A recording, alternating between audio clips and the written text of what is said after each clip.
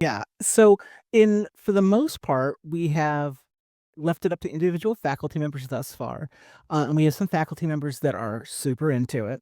I mean, 100% could fully automate their class to a level that I'm like, please don't.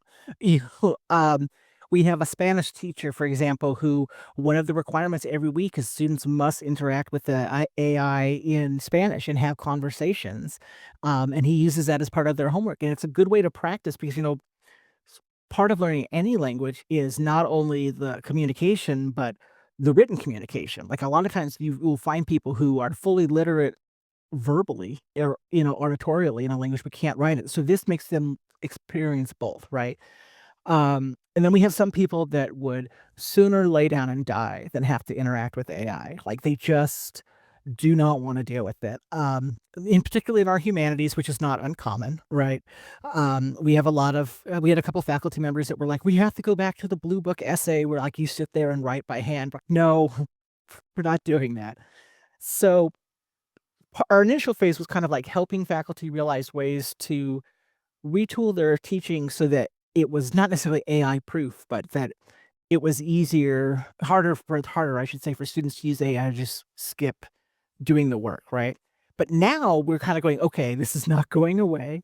We definitely need to do, AI training." And, like, at a community college, we have professional technical programs, and then we have transfer students. The professional technical students are already telling us we need this in our jobs. The employers are doing that as well.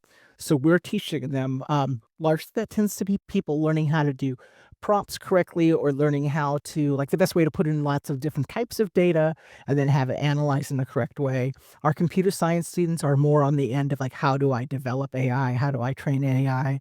How do I make it do a thing? Right.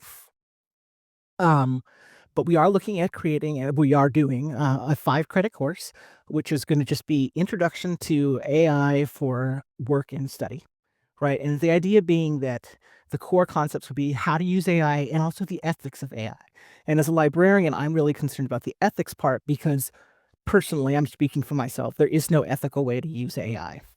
The way that it's built, the way the resources it get consumed to use AI, the way that it's trained and the damage that does to people. There's tons of stories about it. You could look it up if you really want, but it is still here. So we need to make sure that we teach students what the ethical concerns are so that they can make fully informed decisions about how and when they use AI in ways that align with their own personal values and own personal ethics. And we cannot do that if we do not educate them on what those are.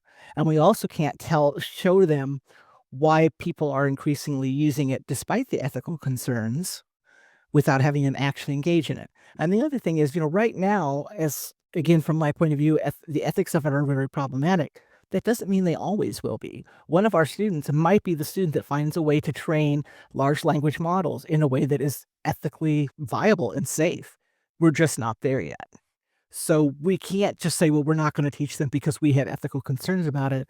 We need to turn around and say, look, here's the information. You'll make the decisions that you'll make when you're out of this classroom.